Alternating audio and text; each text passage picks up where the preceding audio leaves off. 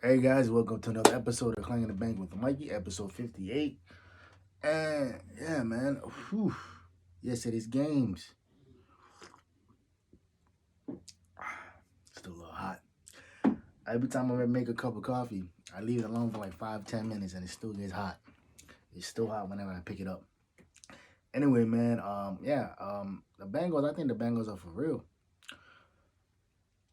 I think the Bengals are for real because it's like first playoff game win last 31 years. First road win the last 31 years. It's like, yo, it's like, first road win in the history of the franchise. It's like, I think they're legit, and I think watching the game yesterday between Burrow and Chase, they're gonna be a force to be reckoned with, bro. And the thing about it, they're good now, but bro, they're gonna be great. But yeah, man. Today in this episode 58, what we're gonna talk about is trauma bonding, man. Trauma bonding is when two people meet and they bond over their trauma, whether it's relationship, whether it's childhood trauma, whatever it is, right? Um, and don't get me wrong, it doesn't necessarily have to be a romantic relationship. It could just be friends. Because there's a lot of people out there who bond over trauma, and we do that subconsciously. Um, we don't go seeking people out who share the same trauma we have. It's like, and so when that happens, it's really hard to break. It's uh it's really hard to break because it's like you have this relationship that's deeper than just your typical friendship. You have this relationship where you have shared stuff with her, with the other person, whether it's him or her, or whatever it is, that nobody else knows. Whether it's good, bad, whatever, like it's the point where you're vulnerable, with the other individual, and when that trauma, it creates a not a two-handed circle, but it creates a bond that only way it can get damaged is by two people damaging it. And at the end of the day, man, trauma bonding, I don't want to say that it's not healthy, but it can be unhealthy. Um, because you end up getting attracted to this person and you end up being like, oh, you know what, he or she really understands me, this and this and that. And it's like, in reality, um,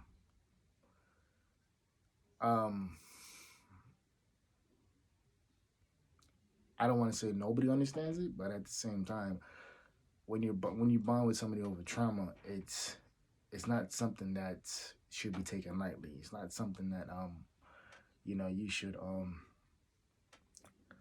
you should definitely ignore whatever it is. One of my good friends, um, we had a fun out, and I'm pretty sure you guys seen. I think it was episode 56 or episode 55, and I talked about it, and I said like, yo, and it got to the point where we wasn't talking for a couple months, whatever it is, right? And it's because we had caught feelings for each other. And when I say we, I mean, I think it was, I want to say it was more on me, but I think it was 50-50. But then again, whatever, right? So we started, you know, so we didn't talk for a couple months, whatever it is, because both of us were fucking stubborn. Like that's what it boils down to. That it's like we're two stubborn individuals. And I'm laughing about it now because they're so stupid. Because all we had to do was communicate with each other. And once we kind of like we had a long conversation, and I kind of tabled, if not everything, damn near everything. The only thing I didn't bring up was the trauma bonding because I felt like that was a little bit too deep, for not that she couldn't comprehend it, but it's like that just opens up a whole another box of Pandora's box, and it's like I really want to unpack all that, and I really didn't want to because it's like everybody knew what it was, right? And so I remember like we would be texting each other, and we pretty much picked up right where you left off, and like we was texting each other this and this and that, and like all day every day, and I'm like, oh, and not once did I think about the dude she was dating, and I was like, like I would happen to have my best friend back, and I was. And so I remember I was at the gas station and I was on the phone with her, and I had to end the conversation because number one, I had to go get gas, and number two, if I knew I didn't, like she would keep the conversation going. And and I remember she hit me back like 20 minutes later, like, hey, hopefully you get home safe, and maybe we can talk later. And I'm like, I'm looking at the text messages, I'm like, I don't know about this, because it's like I knew where I knew where I was at mentally, emotionally, physically, and like not that I was in a bad spot, but I wasn't. But I knew if I kept the conversation going with her, and and if I knew that if we carried on the same way, what we were doing, because like we wasn't doing nothing, not, like nothing bad or whatever, like we were just having conversation, but it's the perception of it. It's the perception of the conversation, and it's the perception of what people may think. And I've never cared about what other people may think. I really don't. And I remember she hit me up a couple of days ago because me and her were talking, and she goes, "Hey, you know what? I think we got to chill on the text message and and the phone calls, cause I'm in a relationship now, and I can't, and I got to be respectful, And then she's like, I hope you understand. And I was like, yeah, I do. And all I texted back was, okay, cool.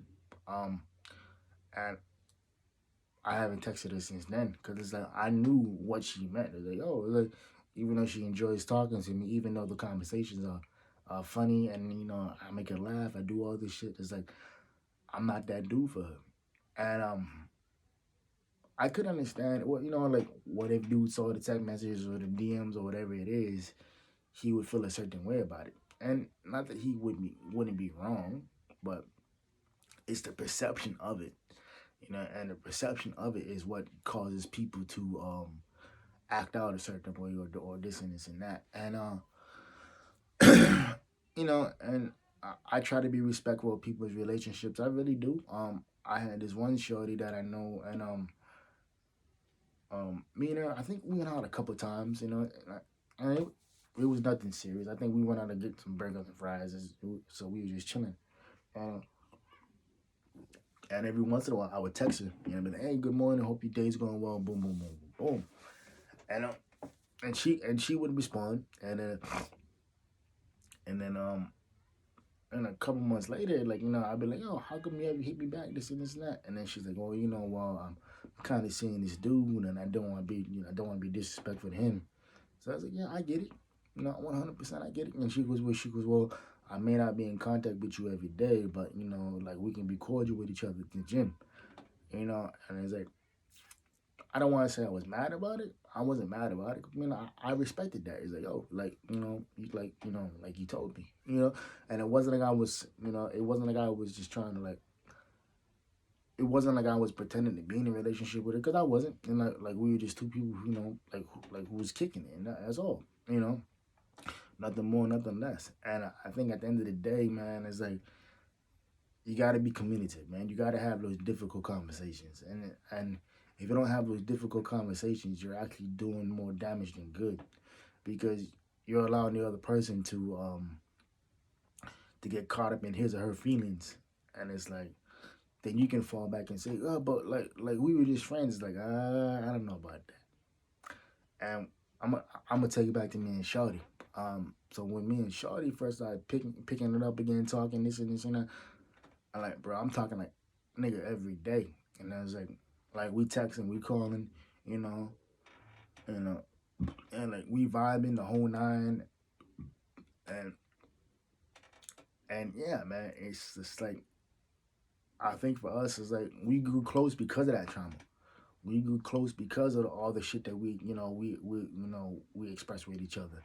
And for me, man, it was never on no sexual shit. It was always a mental connection. It's like, you know what I mean? So it's like if I can vibe with somebody mentally, shit, that's more of a turn on than anything physically. So yeah, I mean, and so there's that, man. So like at the end of the day, yeah, I don't want to say be careful of who you messing around with or whatever it is, but just be careful, of who you dealing with, man. Because a lot of people, like I said, the last podcast, there's 4 seasons. You know, spring, summer, fall, and winter. A lot of people be in their winter. They'll find somebody in the spring and summertime to help them get through their winter. Because winter's what? It's cold, it's gloomy, it's dark, it's all that stuff, right? And so yeah, you find somebody who's like you'll find somebody who's in the spring and summer, and you in your winter, and you'll I don't want to use the word that you're using, but you're using to get better, and once you get better, you bounce, you know. So yeah, man, as you can see, the computer's on, so we're gonna try to get some. We're gonna try to get these tracks done. So the date is still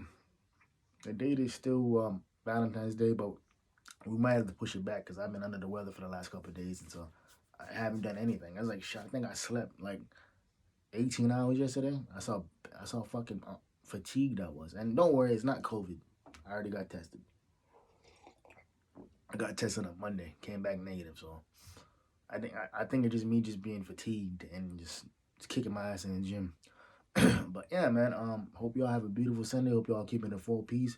Private, player, positive, pushing. I'll see y'all next week, man. Love y'all. Ghost.